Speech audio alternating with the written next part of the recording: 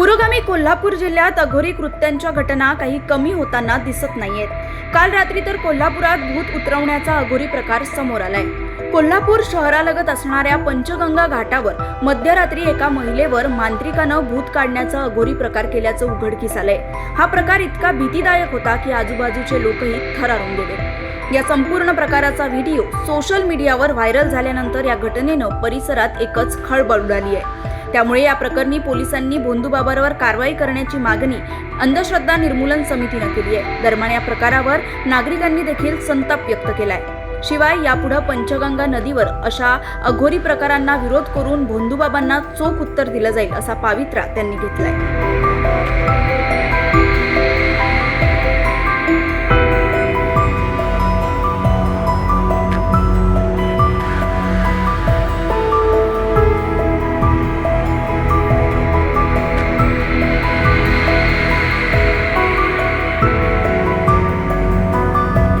समाजामध्ये अजूनही प्रबोधनाची गरज आहे।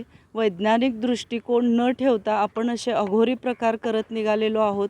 मला असं वाटतं की काल जो प्रकार तुम्ही बघितला तर अतिशय वाईट वाटलं मला त्या महिलेचं, की तिच्या भोवती जे कुटुंब होतं ते अगदी हताशपणे बघत बसलं होतं आणि मांत्रिक तिच्यावरती काही मंत्रोपचार करत होते, भंडारे अंगारे मारत होते, लिंबू फिरवत होते आणि त्याच्यानंतर त्या बाईची जी हालचाल होती ती अंगात आल्यासारखी होती किंवा भूत ज्याच्याप्रमाणे प्रतिकात्मक ओरडतात तशी तिची अवस्था होती। पण तिला जर काही मानसिक आजार असेल तर त्याच्या माध्यमातून तिला त्रास होत असेल आणि मग त्यावेळेला ती आवाज तसे काढत असेल। मला असं वाटतं की हा सगळा हातचलाकीचा प्रकार असतो। भोंदू बुवाबाबांना आता ते पकडले जातीलच। पोलिसांनी स्वतः फिर्यादी व्हावं आणि जे भोंदू बुवाबाबा आहेत त्यांचं प्रबोधन व्हावं। त्यांनी समाजाला कसं वेठीस धरलं हे सुद्धा आपण माध्यमांनी दाखवावं। इतर वेळेला आपण त्याचा शोध करत असतात माध्यमं की हे लिंबू मिरची किंवा जे अघोरी प्रकार होतात ते कोण करते। आता तुम्हाला ते सापडलेले आहेत तर त्यांच्यावरती गुन्हे नोंदवावेत। मला असं वाटतं त्या कुटुंबाचं प्रबोधन व्हावं, त्या स्त्रीला चांगले उपचार मिळावेत एवढी मला अपेक्षा आहे। नेमकं तुम्ही पाहणी केली तेव्हा तुम्हाला नेमकं काय काय वस्तू इथं आढळून आल्या, नेमकं काय? आता जे करणी भूतबाधा काढण्यासाठी लिंबू लागतो, भंडारा लागतो, जे काही त्यांनी आता ते अंधार होता त्याच्यामुळं तर ते काही दिसलं नाही। आता इथं आपण बघू शकता हे सगळे पदार्थ पडलेले आहेत आणि हे सगळे पदार्थ अंमली आहेत, रासायनिक आहेत। त्याच्यामुळं नदीचं प्रदूषण होण्यासाठी खूप मोठ्या प्रमाणावर कारणीभूत ठरणारे हे घटक आहेत। मला असं सातत्यानं वाटत असतं की ह्या लोकांचं प्रबोधन करण्यासाठी शासनानं सुद्धा विविध उपक्रम राबवावेत। नद्या जिथं प्रदूषित केल्या जातात तिथं त्यांचं संरक्षण करण्यात यावं आणि असे जे मानसिक आजारी रुग्ण आहेत तर त्यांचे चांगल्या पद्धतीनं उपचार त्या कुटुंबानं सुद्धा करावं असं मी आवाहन करते। तुमच्या हातामध्ये मूर्ती आहे, त्याचा काय उपयोग त्यांनी केला जरा? ही जी मूर्ती आहे खूप रेखीव आणि खूप सुबक आहे, पण ही काय कुठं मूर्ती छाटलेली वगैरे नाही, तर ही बनवून घेतलेली मूर्ती आपण बघू शकता। खाली ह्याचा तळपण, हिचे डोळे बघा, तर दोन डोळे हिचे आहेत तर एक डोळा हिचा फोडण्यात आलेला आहे। म्हणजे ज्या वेळेला भानामतीचे प्रकार घडतात त्यावेळेला एखादी कोणतरी व्यक्ती समोर ठेवून ती आपल्यावर करणी करत असावी असा समज निर्माण करून ती व्यक्ती जर सापडत नसेल तर प्रतिकात्मकरित्या तिला असं बनवून घेतलं गेलं जातं आणि तिच्यावरती अघोरी उपाय म्हणून शारीरिक जखमा तिला केल्या जातात, जेणेकरून जी व्यक्ती आपल्यावर करणी करत आहे तिला त्याचा त्रास व्हावा असं त्या लोकांना वाटत असतं आणि म्हणूनच एक प्रतिकात्मक असावं असं मला वाटतं। अंधश्रद्धा निर्मूलन समितीकडून काय आवाहन आपण करणार? अंधश्रद्धा निर्मूलन समितीकडून मी हेच आवाहन करीन की ह्या भोंदू बुवाबाबांची ही हातचलाकी आहे।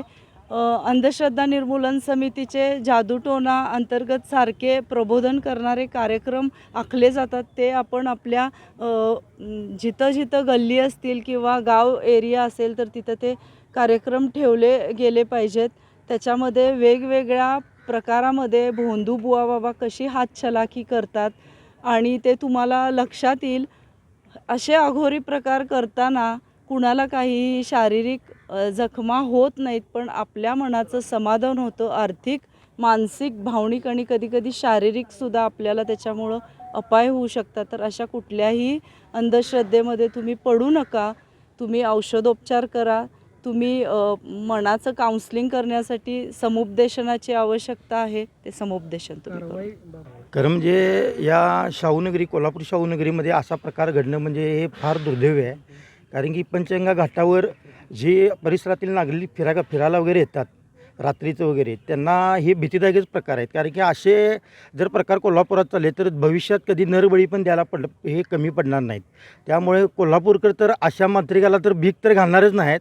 आणि दुसरी गोष्ट, इथून पुढे तर या पंचगंगा नदीवर जर असे काहीतरी प्रकार चालू झाले तर त्या मांत्रिकाचं भूत काढल्याशिवाय कोल्हापूरकर गप्प बसणार नाहीत. मी एवढ्या आपल्या पत्रकार मीडियाच्या माध्यमातून या कोल्हापूर जिल्ह्यामध्ये सगळ्यांनी मी एक हे करतो, आश्वासन देतो की परत या नदीवर असे काय प्रकार जर झाले तर जरूर आम्हाला कळवा. त्यांचं भूत उचलायचं काम आमच्या हातात आहे. अंधश्रद्धा थांबावेत म्हणून सरकारनं काय पावलं उचललं पाहिजे? अंधश्रद्धा थांबासाठी सरकारने कठोर पावलं उचलायला तर पाहिजेच. कारण की असे मांत्रिक कसं आहे, ज्या बाईची काल जी तुम्ही अवस्था बघितली, तिला ॲक्च्युली सायन्स एवढं पुढं गेले की तिला एका दवाखान्याची गरज आहे.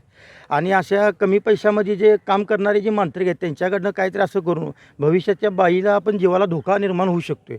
त्यामुळे अशा गोष्टीकडनं जनतेनं न जाता एका चांगल्या डॉक्टरकडनं त्याची ट्रीटमेंट योग्य पद्धतीने करणं हे कधी पण चांगलं, किंवा तिच्या फॅमिलीला पण चांगलं. भविष्यात जर अशा एखादी दुर्दैवी त्या बाईची घटना घडली तर त्या फॅमिलीवर आघात होण्यापेक्षा त्या फॅमिलीने पण ह्या गोष्टीचा विचार करावा. आणि इथून पुढे या नदीवर जर असे प्रकार घडले तर त्याला चोप दिल्याशिवाय आणि त्या मांत्रिकाचं भूत उतरवल्याशिवाय आम्ही गप बसणार नाही. काय नेमकं घडलं यावेळी? बरोबर 10 ते 10:30च्या दरम्यान बरोबर रात्री आम्ही इथं फिरायला आलेलो. इथं कोपरे बसताना हे आपलं एक 10-12 जणांचं टोळकं लेडीज आणि जेंट्स होती ती इथं जेवायला बसलेले. जेवता त्यांचं ते मांत्रिकाचं हे सुरू झालं आणि ओरडाओरडी सुरू झाली. या भागातील लोक पण यंग लोक होती जेवायला, त्यांना पण त्रास होत होता त्याचा. ओरडाओरडी सुरू होती. मांत्रिक बोलत होता, जाणार आहे काय नाही, जाणार आहे काय नाही. मग ती लेडीज बोलत होती, नाही जोवा देऊ काय. ती लेडीज म्हणून नाही मी जाणार नाही. असा प्रकार जोरात चालू होता.